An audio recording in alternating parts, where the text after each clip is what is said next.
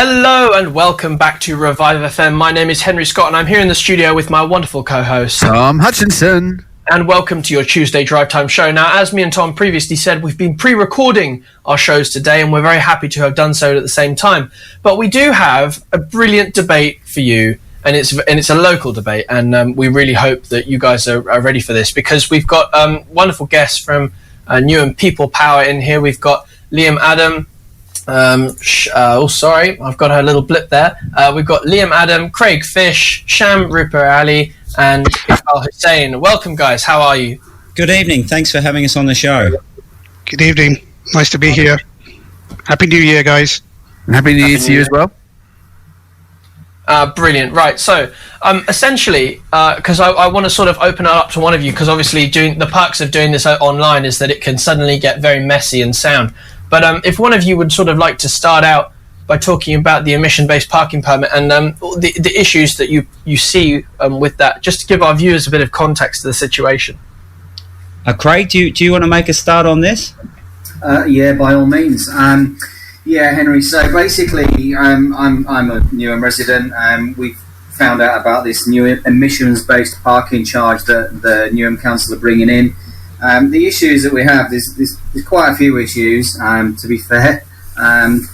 One is that nobody likes it, but it's the way that Newham Council have gone about it. They said they did a public consultation sometime last year. The public consultation wasn't very public because not many people found out about it. I think there was something like just under 200 responders to whatever it was that they were supposed to have done, however they did it online or however, I really don't know. But the majority of those people opposed the charge, yet the council is still bringing it in. Second part is it's an emissions-based parking charge.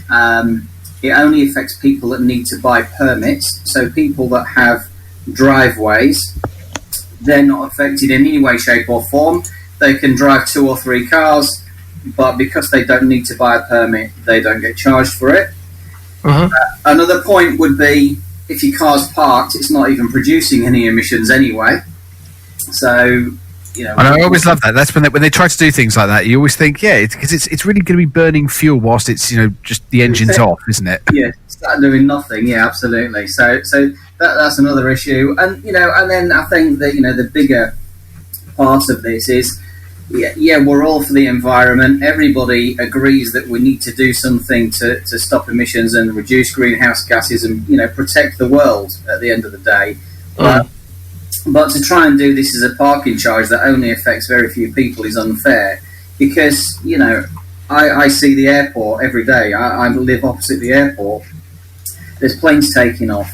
There's the Newham Council vans pulling into my street on a daily basis in big diesel guzzling white vans. I'm sure that they're not paying these charges. There's the A13, the A406. We can go on and on and on. The residents are really not the main producers of emissions in this area, and it's unfair to penalise us. Well, I mean, I largely agree with you, but I do have to point out that I've been reading up on this from Newham Council, and they're introducing these new parking charges, and it's only £1 a week, or just over £1 a week for the majority of residents, and it would actually possibly do some to incentivise those who have the option or the disposable income to perhaps sell their car and buy something with lower emission that would contribute. I mean, I'm just playing devil's advocate here. Well, I think we should ask Sham about this because last year, I'll let Sham explain what happened last year. So in 2019, basically, I asked for an electric charging point so I could purchase a new car as I was working and was able to afford one. I got in contact with Aisha Chaudhry, who put me in touch with another person, I can't remember their name, but they put me on a list. Until this day, I still haven't received no email saying whether I'll ever be given a charging point outside my house or outside. So that was my concern, and obviously I did request it. I did try to go green, and obviously with the ULEZ coming in, and I didn't know about the charge at the time, as ULEZ was coming in, I purchased a newer car to meet the ULEZ compliance. Mm-hmm. And then obviously to find out, I think a year later, that now I'm going to be penalised because I bought that car. Obviously I've lost my job, I still have the car, but it's another charge that I could do without at the current time. Yeah. I was willing to obviously go electric if they put the infrastructure in place, which they haven't done. Yeah, because I mean, I'll be honest. When you look around, sorry, Henry, I'm just going to say when you look around, go ahead, Tom. there's very few charging ports, and this is one of the things that actually stops me from looking at potentially getting a hybrid or an electric vehicle. There is no infrastructure there. When you look, we've got petrol stations. I mean, I can count about 4 or 5 within probably a 2-mile radius of where I live. But with regards to charging points, I know of one about 2 miles away from me.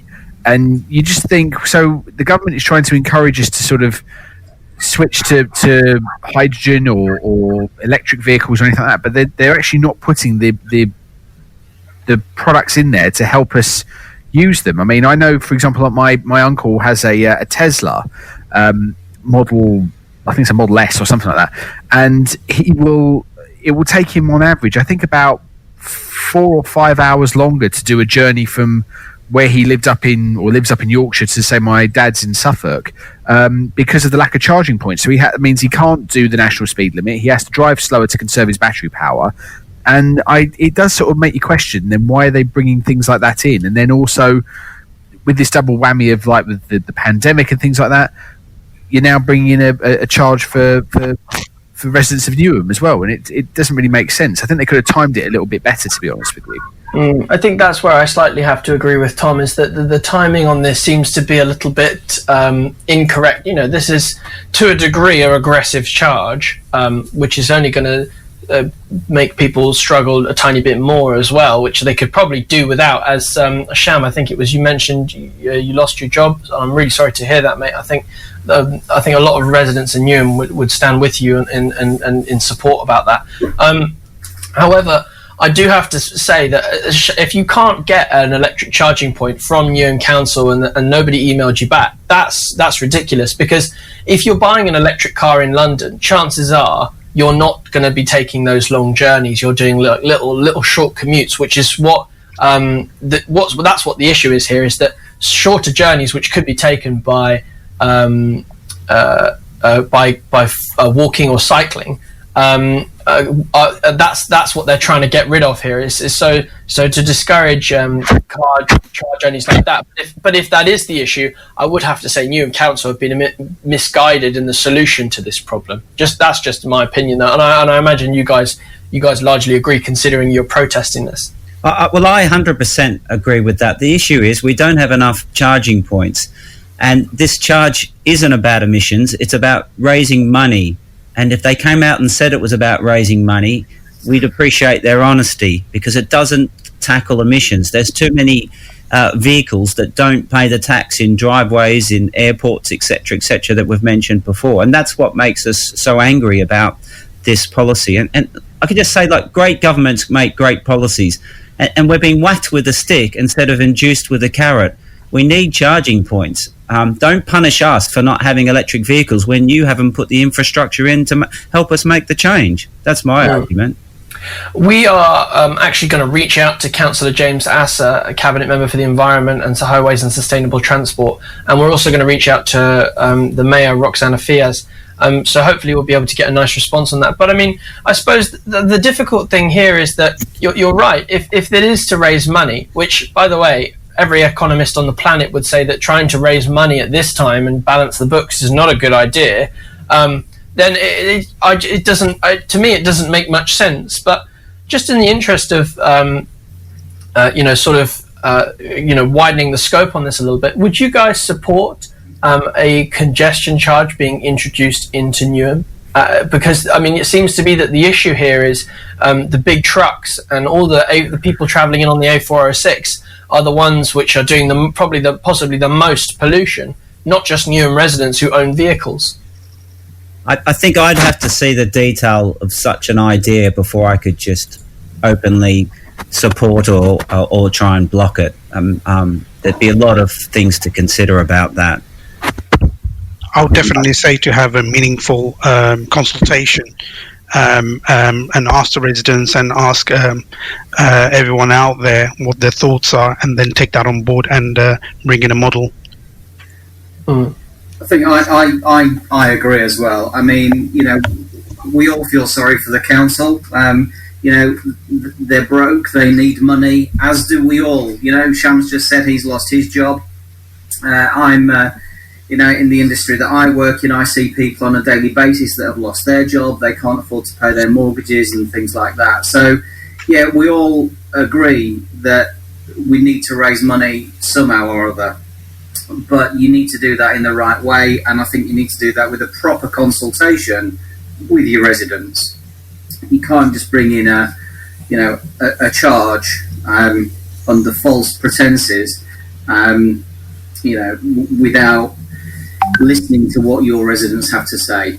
Yeah, I mean, I know that for example, they're saying in recognition of the financial impacts of COVID-19 and listening to the concerns raised by residents, they are going to be introducing a one-off 20% discount to the overall cost of the first residence permit. So it's something, but it's almost like a bit of a futile gesture, almost, isn't it? I mean, it's a shame that it couldn't have been deferred by another 12 months. Obviously, when majority of people have had the jab, businesses are starting to recover a little bit. Then that might have been the better idea. But I think to sort of try and do it off the back of one of the worst years we've had, potentially starting into the second worst year we've ever had.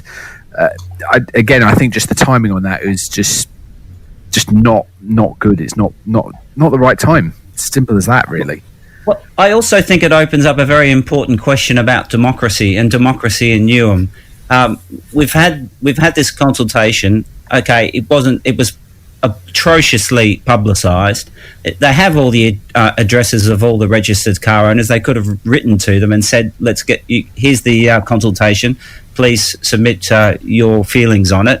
They haven't done that. 90% of people have responded, said they don't want it. There's lots of backbenchers within the council now saying to the mayor, you need to drop this policy. It's not going to cut emissions, it's just going to raise money. I was invited to speak at a scrutiny and oversight committee meeting at the council in mid-December, and we're waiting the results of their recommendation from that meeting, and I'm led to believe that will be coming out in the next day or two. Now, if that recommendation was to pause the implementation of this scheme, if the mayor doesn't listen to her own scrutiny and oversight committee, then where is democracy in Newham? I do have to agree with you there, but I do need to ask, there's something on your website, which point number 6 is of reasons about the emission-based charge, but it's nearly 90% of residents told the consultation that we were against the new charge, and yet the mayor is going ahead with this charge anyway, this despite claiming she wants Newham to become a beacon of participatory democracy. I have to ask you all, if this consultation was so atrociously publicised and not that many people, when you say 90% of residents, is that 90% of people who attended, or is that 90% of everyone in Newham who would be affected by this? It's 90% of their consultation. I mean, either way, they can't win. It was a poor consultation, but the people did respond. 90% said they didn't want it. So either way, they've failed.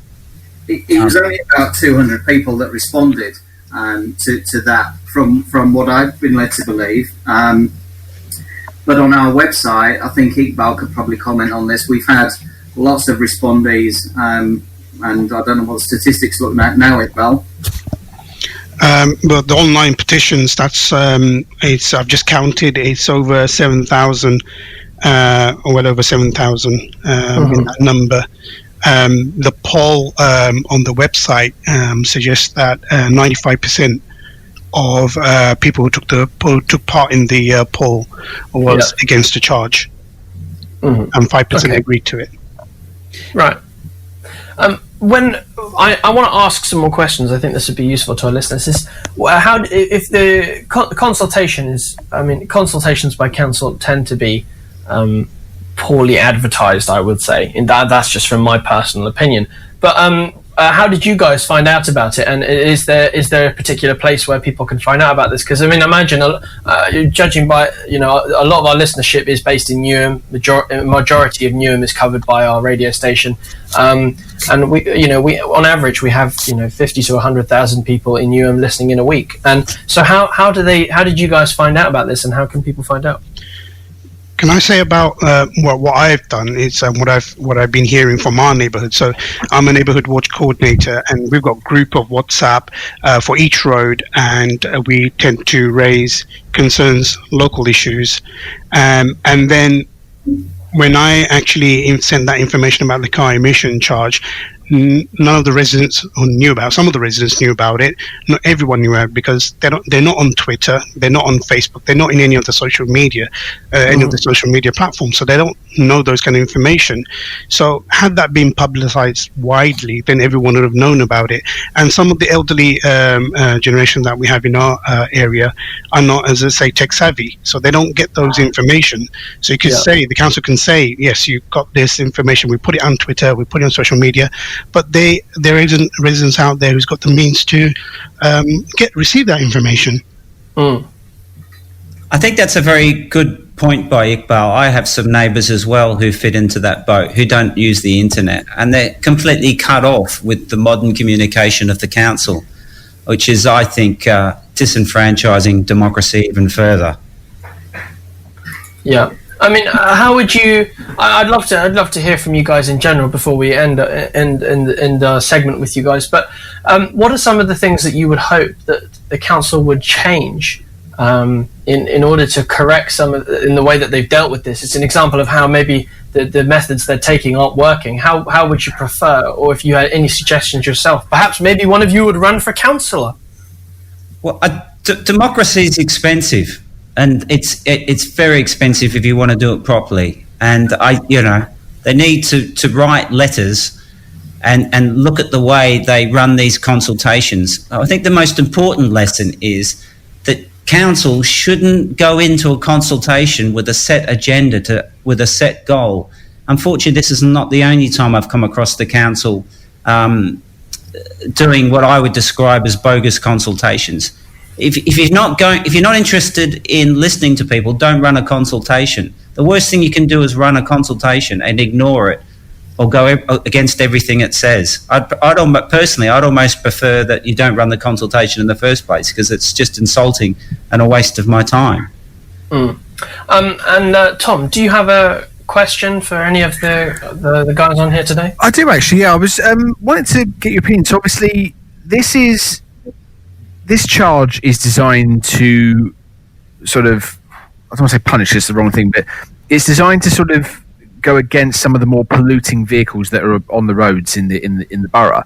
Now, I'll be honest with you, when I come down into the studio and I look, the majority of it are hybrids. It's either Toyota Priuses or Honda Insights, things like that.